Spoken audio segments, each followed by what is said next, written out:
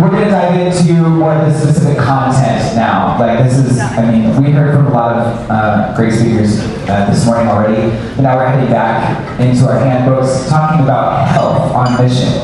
What do we do to mitigate risks that are related to health? What do we do if something goes wrong related to health? We have, to talk about that, my teammate who's actually managing the health here at MPLS. Give her a round of applause already. It's funny, sometimes at the DSC you find yourself kind of running into some of the quote-unquote big wigs, like the Focus famous people around, like Dr. Street. And this person actually, when saying hi to Dr. Street one time, just called him Ted. Hey Ted, what's up? She's a stomach sleeper, and the book that she read most recently was Evangelii Gaudium, like any good missionary, right? Her favorite meal is breakfast because of Kodiak cakes. And her favorite conspiracy theory is that pelicans are spies. Have you ever seen a baby pelican? No? Yeah, so think about that for a second. Please welcome out my teammate and friend, Megan Fairway.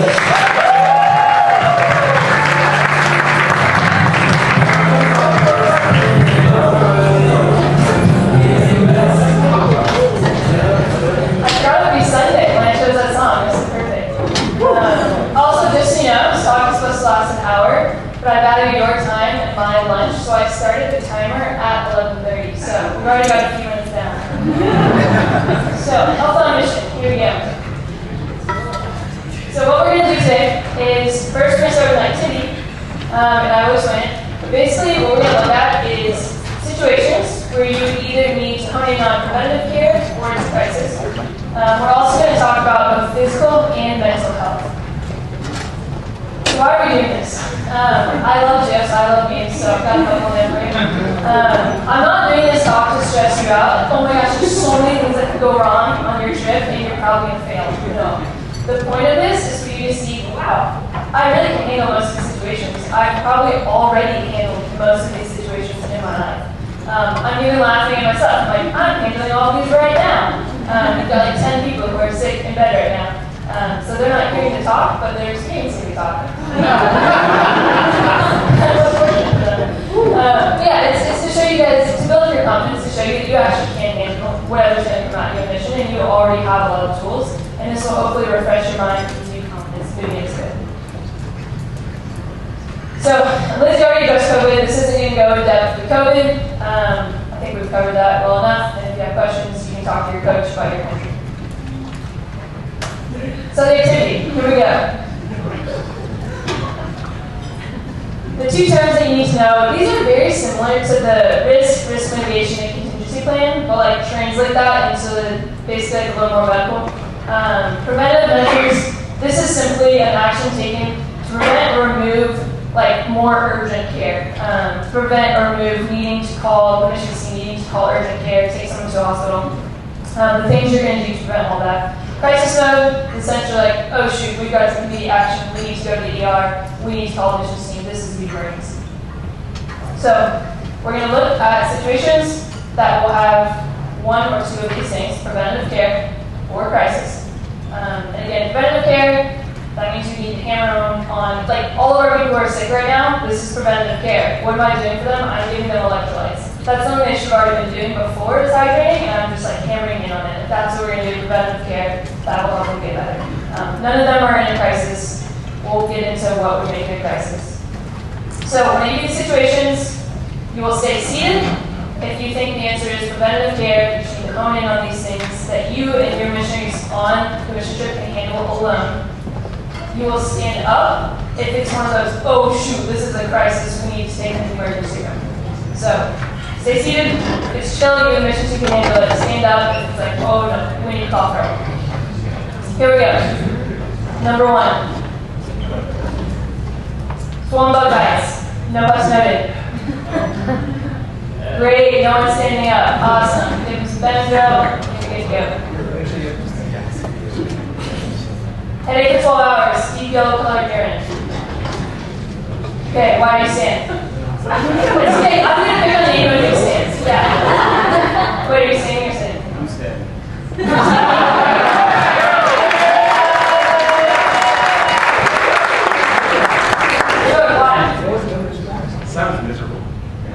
miserable. Yeah. Okay, why are you saving? 12 hours is pretty long for a headache. And maybe that could be handled on me, but that's still, maybe I should like this. Get some spots? Okay, I like those. So this is good. This is kind of showing us that all of these situations are very subjective, and it's just going to depend on the situation, what's actually going on, how is the student responding. But kind of like most of y'all stayed seated, for the most part, this is probably just they need to hydrate a lot more. They maybe weren't already, which is maybe showing one you should have been having them hydrate. But now just get some fluids in. And you'll notice also, you can follow along around page 64, a lot of you guys are open to that already. Kind of the key is like 24 to 48 hours would be more of concern. 12 hours, a lot of these people that woke up this morning a little dehydrated, I gave them some electrolytes, hopefully they'll be fine by lunch, but it's like, by the time they go to bed or wake up in the morning, if they're still not doing well, that's going to be more concern. So, this would be just honing on hydration.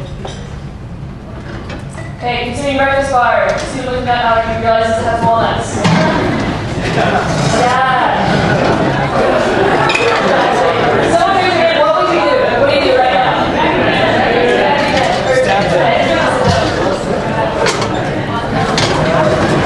In hospital. You guys do that in hospital, and we'll get into this I think it was already brought up, but you would call the admissions team, and you want to take them to the hospital, and then always call the admissions team. Anxiety present for 4 days, student won't leave the room. And doesn't crisis. Yes. Unsure, chat why. 4 days is a long time, and especially just being in a room, it's not actually addressing the issue, so you need to do something. Yeah, they're probably just getting worse. That's half the mission trip. Yeah. For sure. We're going to get deeper into mental health later on in this talk, but yeah, that's something that is kind of a huge cause for concern. They're sitting there for 4 days, that is not good. There's something going on with them, mental health wise. Yes. When I think crisis, I think like there needs to be outside resources coming in or like thought. Do you think this is an outside resource being thought or like more attention by you and delegating to your leaders to take care of the crisis? I guess like I guess that's what I'm confused about it or maybe. Sure. Yeah, it gets a little bit more blurry with mental health, but also it's going to depend on the person. Like if they're thinking about suicide, yeah, you're going to want to take action immediately, call the suicide hotline, let Focus know. I mean, yeah, you might talk to them and there's something, it's like they're just really homesick, so they need to call their parents. It can really depend. But yeah, mental health it's a tough one to know what exactly will the crisis mode look like. Yeah, like this isn't something you want to just be like, hey, how are you doing? Okay, great, you can stay in the room and hang out today. We'll just carry on. It's like, no, what's going on? Why is she in the room? Yeah. Next one. Student feels dizzy, weak after being in the sun for 4 hours. Crisis? Not a crisis. Okay, great. Yeah. We just need some hydration here. Has a fever of 100 throughout the night.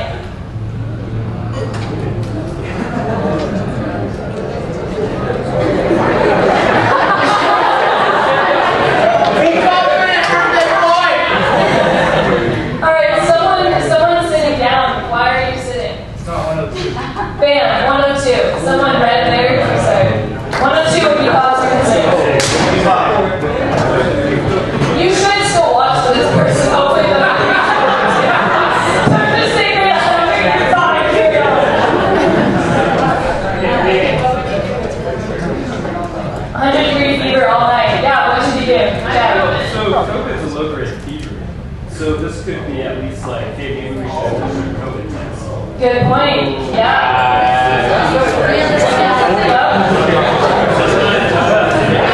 What else do you do? Ibuprofen, yeah. It's like hunker down. Hydration. Damn. Hold on. Yeah. That would be a huge thing to watch out for with COVID on other symptoms. It's going to look similar because you're going to give them medicine, you're going to give them hydration. But it's like you're going to keep a closer eye on them and they might end up needing, if they're getting really sick, an IV might need to go to the hospital, whatever it is. Yeah, but much closer eye on them. Next one, 3 episodes of diarrhea within 12 hours.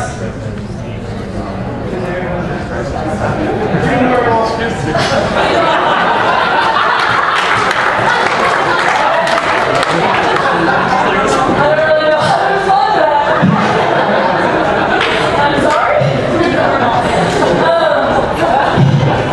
Yeah, this is something you need to keep an eye on with the hydration. Might need voting at some point if they're really losing everything, but the 24-hour mark is more where we get really concerned.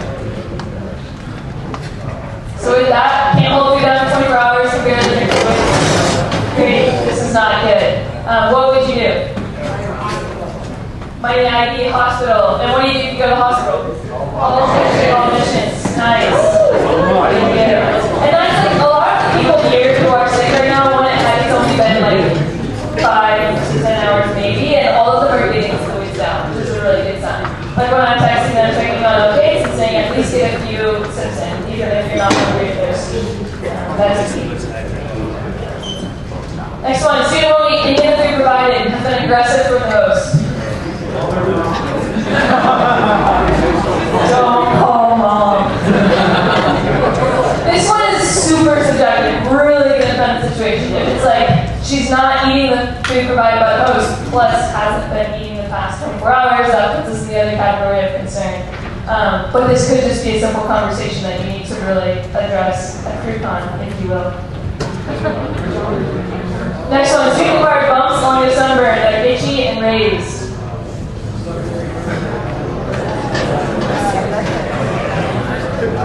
Hannah, what is lots? What would you do? Well, if it's like sun poisoning, then I feel like they should probably go to the hospital or something. Yeah.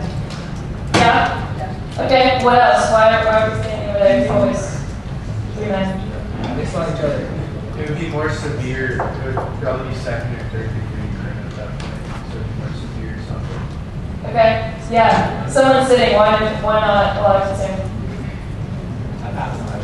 Great. And what did you do?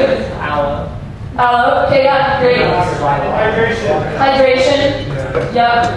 This one's also, we're going to get into this, it will very much depend on location too. Like, they just been in the sun a couple hours, is this like a really hot country and it's exhausting and there's a lot of other factors, altitude, a lot of things that can play into that. So in review, how many were crisis? 3. Just 3 out of 10. So really, that is more rare. It can happen for sure. And also, they're also subjective. So there's no like one size fits all answers. And you guys had some great ways of thinking through like what could this be and what should I do to prevent it. So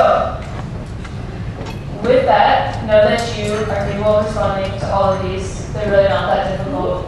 And you've even experienced some of them. So, in review, these are the most common occurrences. People are experiencing nearly all of these right now as we speak. So, when you're taking into mind preventative measures, these are going to be like the main ones, but also as we get into it, it's going to depend where you are and what country you are in.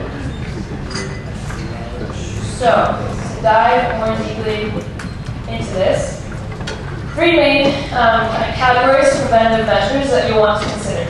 Your group, your location, and the human body. So diving into group. So 4 huge things with your group that you need to know about: allergies, existing medical conditions, physical ailments, and mental health history. Can someone tell me, how are you supposed to know the allergies of the people on your trip? So if you raise your hand, I'll help us out. Yeah. The list. The list, what list? Those that come on their application. Yes, on their application. So as a director, you need to be printing off everyone's allergies, so you have that with you. Don't just try to remember, don't just tell the other missionaries, print it off so you have it with you, so you know what to be aware of. How about physical ailments? Raise your hand. Why does that matter? How could that apply to a trip and road trip? Yeah. Accommodations and stuff like that. Yeah, like what? Like if they are in a wheelchair, can't walk, be able Yeah. to get them around. definitely talking with the hosts, making sure that they will be accommodated. I had a girl on my Peru trip that had a boot. She just had foot surgery maybe like a month before. Almost didn't come on the trip. She ended up coming. But it was like every time there was an activity during the day, we kind of looked at all of the options because our group was split off, like do house visits. Like, okay, how far is this group going? Oh gosh, they're walking 4 miles. Let's put her in the group that's actually riding the truck to that house. So just taking into consideration all of this. With the existing medical conditions and the medicines, over-the-counter things you can give to a student. If they're asking for it, you can recommend that they have it. Like, hey, sometimes ibuprofen helps. You can't force them to take it. You also can't give them someone else's prescription medicine. So if someone wants Cipro, they're like, oh, my buddy brought it. No, that's for your buddy. It's in their name. You can't have it. Sorry. So that is a legal thing. You just can't do it. So don't do that. I don't know. Is it? It is, but it's one of those times you break that. Okay. Yeah, that would be a crisis emergency where we would use it. Yep.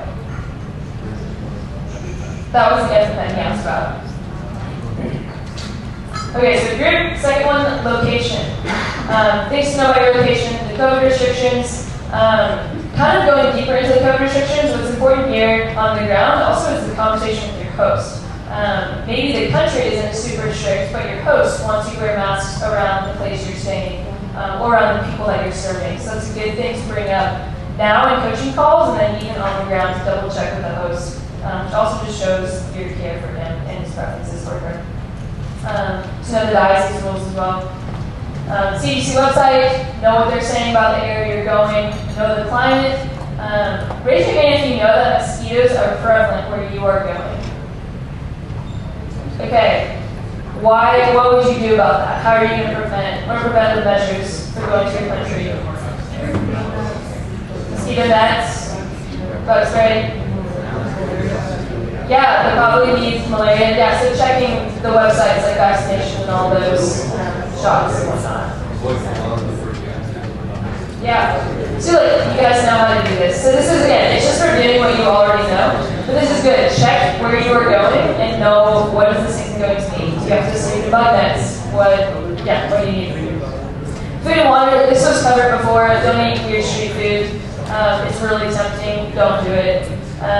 Careful with the local water. Again, communication with the host, making sure that it's clean water. Your fruits and vegetables are washed in clean water. Be careful with bottled water. A lot of times countries will reuse bottles and just fill them with not clean water and cap them and sell them to you tourists who are really vulnerable and don't know better. So don't do that. Make sure you're communicating with your host. Is this safe water we can buy, we can drink? I had a mission trip where we actually ran out of clean water and we started drinking out of a drinking fountain. Not a good idea. Fortunately, the Lord spared us, but that was totally out of mission. They didn't provide clean water. We ran out of it, and I'm sure there are other factors, but that is something you want to avoid. People should not be drinking out of local drinking fountains. Bad idea. Okay, so group, location, human body. Some of this we're just reiterating what I've already said, but hydration, probiotics, electrolytes, vaccination medications, that should go out in your opening email with the vaccination medications directing the students towards looking at the CDC website for what they need. And that is all that. Human body. Okay. And what makes something an emergency? What makes it a crisis? I'm going to look more deeply into that. So all these things that we talked about before, here's where the tipping point is. So someone's losing consciousness, disoriented state, dizziness, fatigue, they can't walk, vomiting, severe diarrhea. And here again is that subjective time frame. 24 hours is when you for sure should be concerned. Depending on the person, it could come before that. Whether black stool, I've never taken Pepto, but I've been told that it can actually do that to your stool, so beware if you're taking Pepto, or if you're eating beets, it can make it turn red like that. So beware of those things. Blood and vomit, never a good sign. Or the fever, 102, not increased with medication. So if these things showed up, by show of hands, someone, what would you do? What are a couple of the main steps? Just kind of going on this. Read. Yes. What else?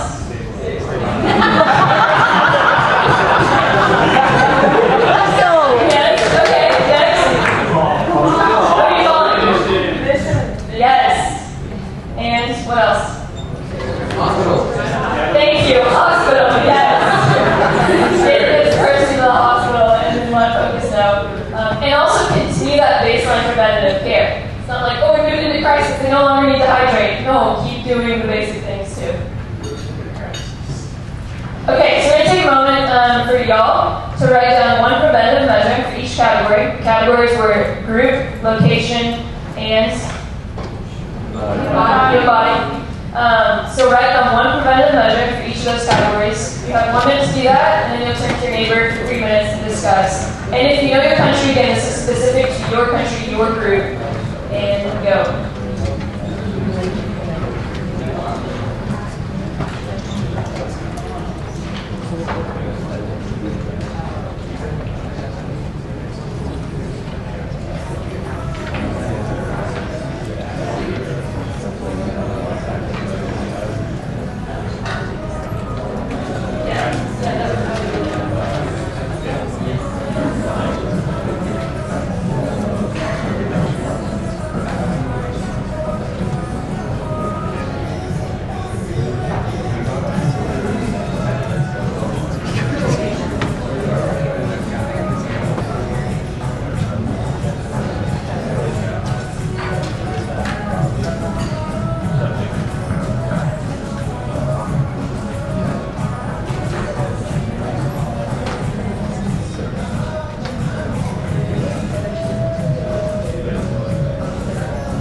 Okay, go ahead if you haven't started, so you can turn to your neighbor and start discussing, or take another second to finish writing.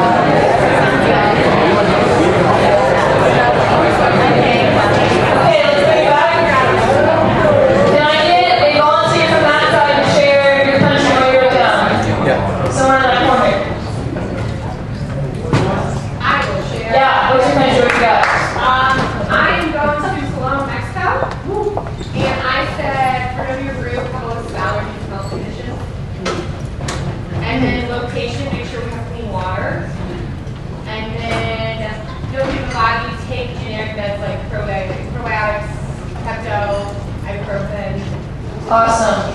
How about someone with a different country in this area? Yeah. I'm actually going to Argentina for the south, and it's going to be cold, and so bringing cold medicines and extra cough drops and Vaseline, and making sure the drums enough to bring warm weather. Yeah. I am someone who would be grateful for that. I often bring leggings to wear under my pants because I'm freezing on those trips. Great. Moving on. Yeah. Missions have a list of recommended requirements. Yes. Yep. So that, and it should be within these pages that we're on, around 68. There you are. Alright, so how do you get sick on mission? Exhaustion, don't drink water, eat something bad, like whatever some people have for dinner. Nausea, vomiting, diarrhea will be the next step. Dehydration, can't hold anything down, and then you find yourself in the hospital. On the flip side, how to have a successful mission, rest and proper hydration, these preventative measures, and you're able to be fully present and have a successful mission. Is it guaranteed? No. But is it worth the effort? Yes. Because look, at least I don't know, 90% of us are fine right now. So it's worth the effort, even if you will still inevitably probably get sick. So moving into mental health. This is a picture of my core backpacking trip from a few years ago. We were having a good time, as it looks, and that is true. We were having a good time. One of the biggest things that helped us to have a good time was the atmosphere the missionaries created. A lot of the other talks mentioned at the bottom, or at the end of the day, they were like, just be a missionary. That's exactly this. If you just be a missionary, just have a good time with the missionaries, you create a good atmosphere, and that goes a long ways for mental health. If you are stressed, if you are so upset that you're 1 hour off schedule, it's going to carry over to the students. They're going to pick up on that, and you're going to essentially invite them into your stress. So having a good atmosphere will help a lot. I remember this trip, it got really cold. If you've heard the Poco Poco podcast, they talk about how they send the missions out there for all of November, and it's horribly cold. So true, because the desert is freezing at night. We would often wake up and our feet were so cold, but instead of complaining, we started making jokes about it, and we made a little song. It went, I can't feel my feet when I'm with you. Oh, Utah. And it was so fun, because it was instead of complaining that our feet were cold and I'm going to go to bed because my feet are going to wake up and it's icicle, it's we would sing that song, everyone laughed, and then we boiled water and put in Nalgene's, and we put that in your sleep bag, and it was great. So, creating a good atmosphere, even in the midst of problems, it will help a lot. So, some mental health kind of keys. These are good preventative measures. High-low God moments, you guys are doing that right now. It's a helpful check-in. It gives everyone the opportunity to speak if they desire. Being aware of uncomfortable situations. A lot of you might do house visits on your trips, and you might see some crazy things that students have never encountered before. Don't just brush over that. That's a good thing to maybe as you're walking back to wherever you're staying, to bring it up. Hey, how's everyone doing after seeing X, Y, or Z? Because you really can see some very kind of shocking things, so make sure you're checking in on that with the students. Open communication. Just creating a culture of open communication so that people aren't embarrassed to say, whether it's a physical thing of I had a blast last night, aka I had diarrhea, or that they're just mentally not doing well. They're one reason or another, they aren't doing well. You want to create this good culture of communication. Knowing pre-existing medical conditions, again, checking the application, reading through it, not just skimming it, and knowing what students might be coming in with. And multi-week missions. These are my favorite because I've done 2 through 3 week long ones in the summer, and it's you can't see the light at the end of the tunnel, and people hit rock bottom and they get vulnerable, and it's so good. But it's also really hard because they're hitting rock bottom. So you need to just be aware that those are going to be more taxing for yourself and for the students. So again, those good check-ins, making sure there's rest. But just to be aware, if you're on one of those multi-week missions, it's going to be usually good. What would make it a crisis? Any of these 3 things. So if all of these things are happening, someone's having some form of mental health crisis, it's threatening their safety or another person's, negatively affecting the group, making them incapable of functioning on a trip as needed. If all 3 of these things are happening, for sure a crisis, even just one, Again, these are very subjective things. It depends the person, it depends the situation, and how the student is responding. So it's just kind of responding in the moment and conversing with the other missionaries of what everyone thinks. And of course, talking to the person who might be having some form of mental health crisis. So we are going to go next into sexual harassment and assault. This is kind of a deeper, more sensitive topic. So if this does trigger anything for you, I encourage you to seek out our priest today. Find some extra time for prayer. Talk to same gender dean if you have one, or a person from the missions team. But this is a very important topic to dive into because it does happen, and we want to be aware of it, and we want to know how to respond. I actually met with someone in HR before coming here, so I could add some things by her recommendation. There also is a bridge course on this. I don't know whether it will be required for y'all or not, but you can definitely request to look at it. If this is overwhelming or you don't feel like you have enough training for it, you can request from Formation to get that, to kind of read more about it. But sexual harassment and assault, it's possible that someone on your trip, guy or girl, may get touched inappropriately or assaulted. And if so, this should not be taken lightly. And a same gender leader should check in with them following the incident and check in frequently. Raise your hand. What are risk areas? First, we'll start with risk areas. What's a risk area for this? During your trip, when is this most likely to happen? Right. Yes. A lot of those pictures that were shown the other day of like hopping on the subway, crime opportunity. How about mitigation strategies? Let's raise your hand for this one, because there's like a lot. So there's my here. Mitigation strategy for this. You're heading on the subway. What are you going to do to prevent this? Yeah. Shamar. Yeah. As said, an HR person said, Shamar the crap out of women. What else? Yeah. Wear lots of clothing.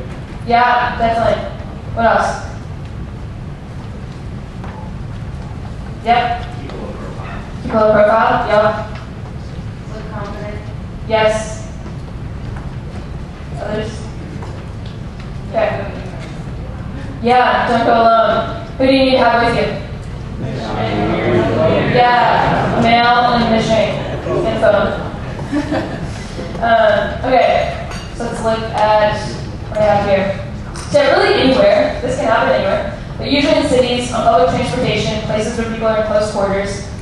Mitigation strategies, being assertive, confident, if the group divides, having a man and a leader in every group, then shamar, modest clothing, 10 p.m. curfew, and know the culture.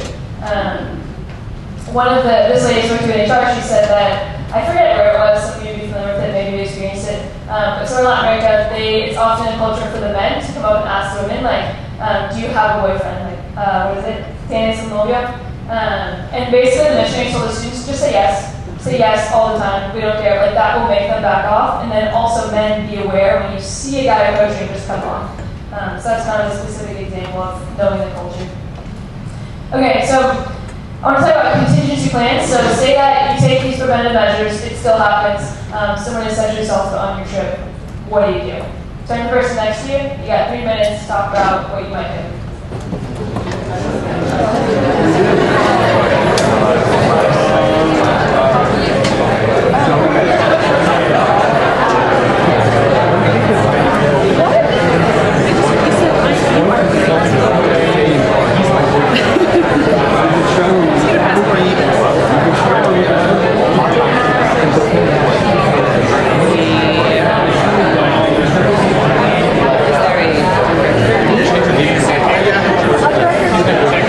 Yeah, actually,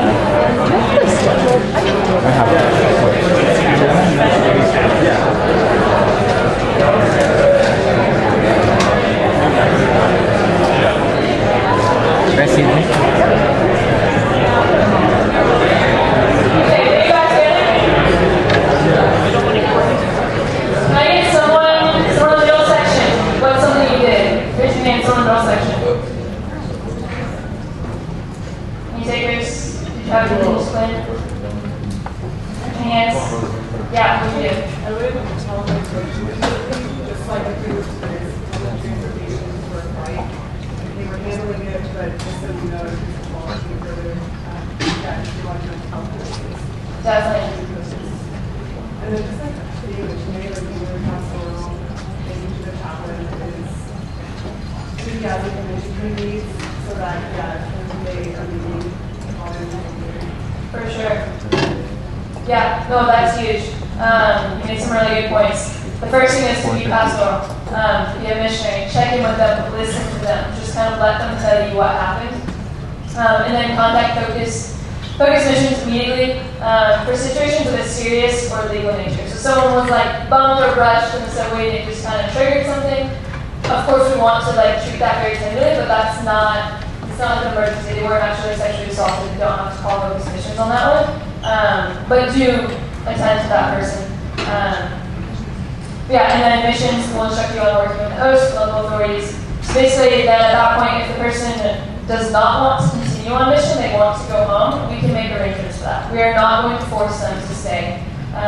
We would escort them to the airport, have someone pick them up from the airport. We're not going to force someone to stay. But if they do want to continue and function well, just make sure that the same gender leader is checking with them regularly to make sure that they're doing okay. If you find yourself like on a subway again, where the same place where it happened, just be super aware of how they're doing and really check in. Even prepare them. Don't just suddenly show up at the subway. Like tell them, hey, today we're going to take you on the subway, and really make sure they're mentally prepared for that. Make sure they feel safe. There's extra schmarring happening. And then once back in the States, make sure you connect them to a professional that can offer them assistance if they desire. Again, we're not going to force them to, but we will offer that to them. This is another thing, as with all of these cases, very subjective, really going to depend on how severe it was, how the person is responding, who it is, but this is in general going to be how you would respond. And then also, in general, how you will be responding to anything mental health related. Number one, stay calm. Again, remember, you're setting the atmosphere. The missionary team will set the atmosphere. So stay calm. Give them something familiar. This is because we have so many coping mechanisms in life. You can like look at your day and see you probably have at least 5 that you do. Some of them are good, some of them are bad. So when someone is having some form of mental health episode, you want to give them something familiar. So whether that be like, I don't know, a Coke or some peanut butter crackers, or if they really need to call their parent, it's actually like really keeping them from participating in the mission. We can make an exception for that and have to make a phone call.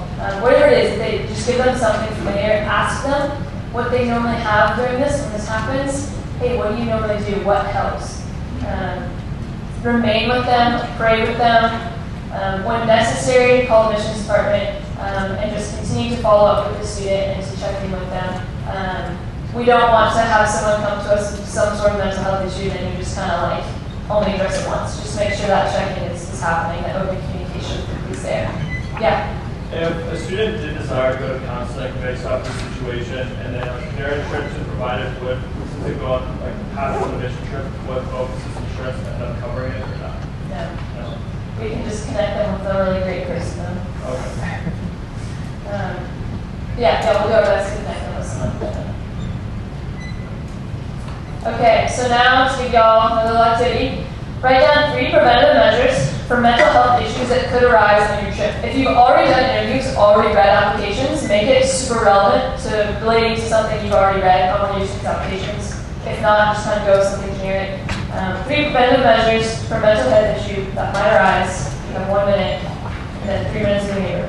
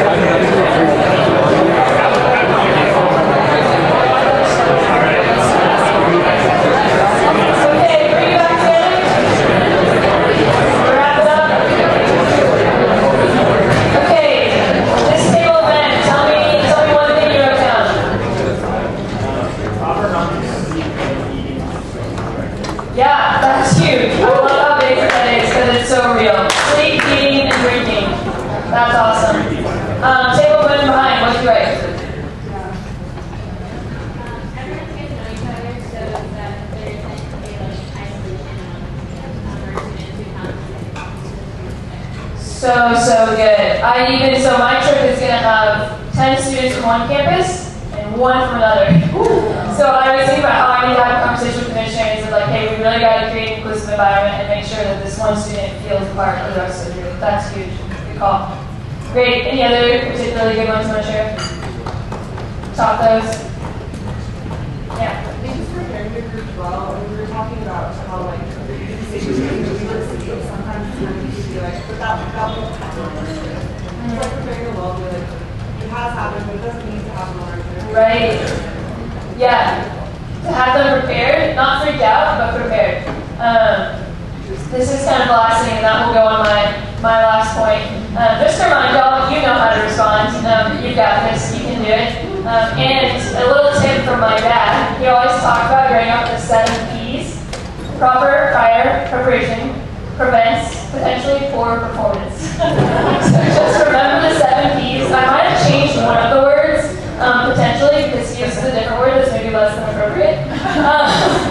But also potentially because yeah, you could do all of these things and people still get sick and there's still emergencies and it still doesn't run as smooth as you hoped. But like I said at the beginning, it is still worth going through the extra measures to prevent as much as you can. For instance, when I had friends come out to Colorado, Kelly can attest, as soon as she landed, I handed her a bottle of just electrolyte drink. I was like, drink it. You must drink this before you leave my house. Because I know that if she gets dehydrated and at altitude, it's going to be a really bad weekend. And it's going to be like a waste of her time that she came out there. In the same way for your students on these trips, like the difference between a great trip and really encountering God and them just having to sit in the room all week is hydration. If they don't hydrate at all, you essentially just wasted their time. If they came on a trip to sit in their room alone all week because they're dehydrated and sick. So just like being a missionary on campus, just remove the obstacles so that they can encounter God. To do these preventative things, you're removing the obstacles and creating opportunities for encounter.